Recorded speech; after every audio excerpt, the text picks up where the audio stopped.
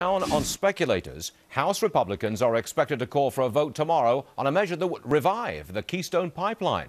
But even if it passes the House, will it die in the democratically controlled Senate? South Dakota Republican Senator John Thune, he's seen all this before. Senator, before we get to the pipeline question, can I ask you the same question about cracking down on speculators? If you do that, do you lower gas prices?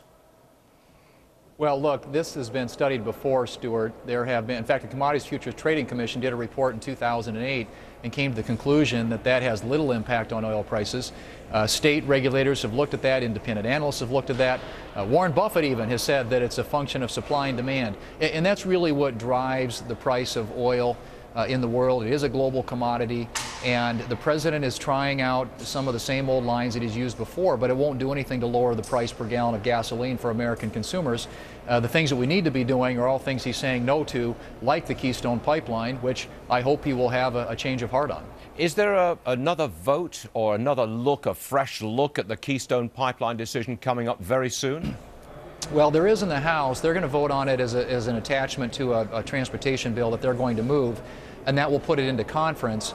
And I would hope that we might be able to get something out of the conference that would include the Keystone Pipeline. We will continue to try and advance it in the Senate, but right now we're running into resistance from Democrats. Although I will say this, the last time we voted on it in the Senate, we got a pretty decisive majority, I think 56 or 7 votes in the Senate. You needed 60 to get to that magic number to get past a filibuster.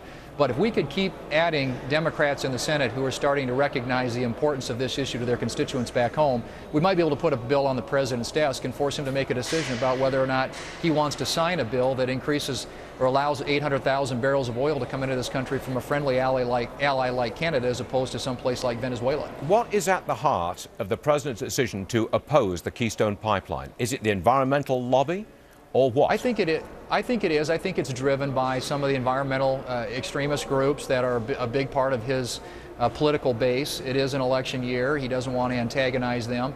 He knows full well that it would create jobs, that it would lessen our dependence upon dangerous sources of energy supplies in places in the country or in the world that are a lot more volatile than is Canada. And so it's hard to figure why some of his policies are all oriented toward speculators. He blames Wall Street, he blames the Middle East, he blames the oil companies, and yet he isn't doing anything that would actually increase supply. He said no to Keystone Pipeline, no to ANWR, no to offshore production, no to oil shales, no to streamlined permitting. You go right down the list, all the things that would increase global supply and take pressure off of those prices and bring prices down at the pump for American consumers are things that this president has rejected. Right. And so clearly he's listening to somebody other than the people that most of us are hearing from back in our states. Senator John Thune, we thank you very much for joining us, sir. Appreciate it. Thanks.